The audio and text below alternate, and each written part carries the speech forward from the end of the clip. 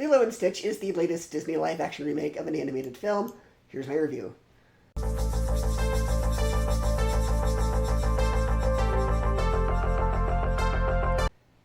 Now, just so you understand where I'm coming from, the original Lilo Stitch came out when I was 4 years old, and I was obsessed with all things Stitch as a child.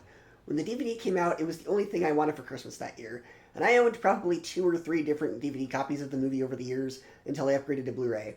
When I went to Disneyland for the first time, I got a little Stitch figurine as a souvenir. I was Stitch for Halloween at least twice, and I watched the TV show every day. So when I heard they were remaking this in live action, I immediately said, why? But I also try to keep an open mind. But unfortunately, this is to the M. Night Shyamalan, The Last Airbender of the live-action Disney remakes. It completely misses the point of the original source material and removes any emotion and weight, which is odd because the director of this movie did the movie Marcel the Shell, and that had a lot of emotion and weight to it. But this film is just soulless. Now, the CGI on the aliens is pretty impressive. Jumba certainly looks better than I was expecting him to, and Zach Galifianakis and Billy Magnussen as Jumba and Pleakley, they can be pretty funny, and they work off each other really well. But the fact that they're aliens in human hologram disguises instead of bad human disguises kind of takes away from the amusement. And Gantu isn't in the movie at all. Budget reasons, maybe, but unfortunately removing Gantu from the story is a huge detriment. Instead, the villain is Jumba, and he doesn't get a redemption arc. Additionally, Stitch is not evil in the film. He's just mischievous. He doesn't cause chaos or destroy things, he just acts rude.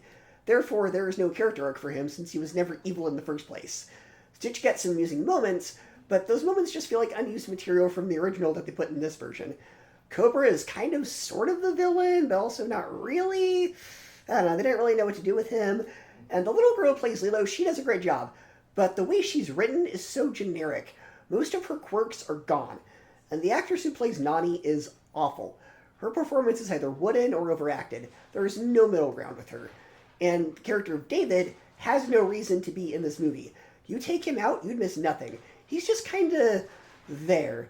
And the main message of the movie about Ohana is completely butchered and lost by the end. This movie does nothing to justify its existence. Between this and the live-action Moana remake that's coming out next year, I can't help but wonder if Disney has a timeshare in Hawaii, which is why these exist. Skip this movie. Don't even bother showing it to your kids. Because they're just getting a vastly inferior version of something much better. For me, it's a D+, a 6 out of 10, and a 2 out of 5 stars.